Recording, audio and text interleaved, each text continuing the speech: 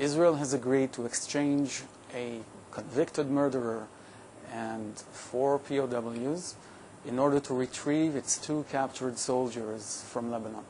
The 2 soldiers were patrolling the northern Israeli-Lebanon border on the Israeli side of the border on July 2006 when Hezbollah gunmen in a cross-border raid captured these soldiers, murdered a few of their comrades, and have maintained them in captivity for 2 years since without allowing them to be visited by the Red Cross or by any humanitarian international organization in breach of humanitarian international law. We have agreed to this exchange because Israel's duty to its servicemen is to retrieve them whenever something bad happens and to do whatever it possibly can to bring them back home.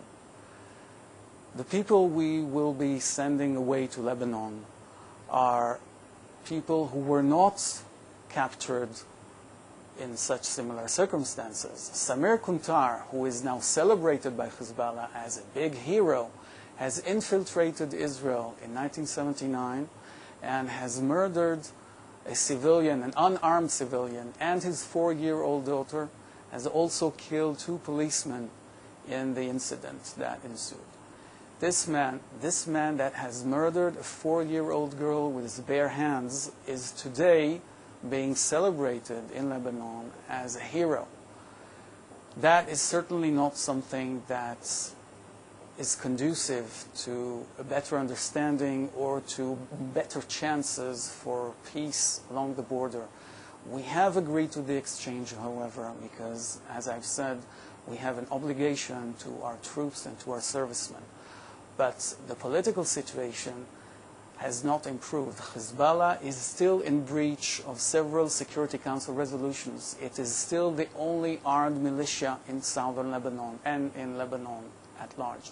It is still building and constructing its state within a state, armed and financed by Syria and Iran.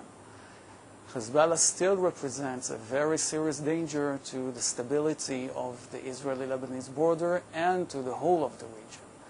And this issue has to be addressed by the international community. In no way should the exchange to which we have agreed be deemed or taken for a legitimacy of Hezbollah, of its policies, or of the organization as it is existing today in Lebanon.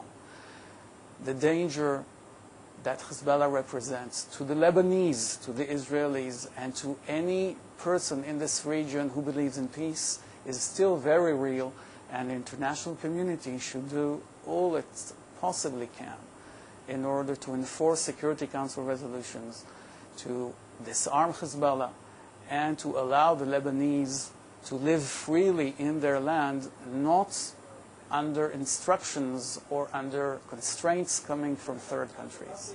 This is the only way that will enable us to reach stability and peace in this region.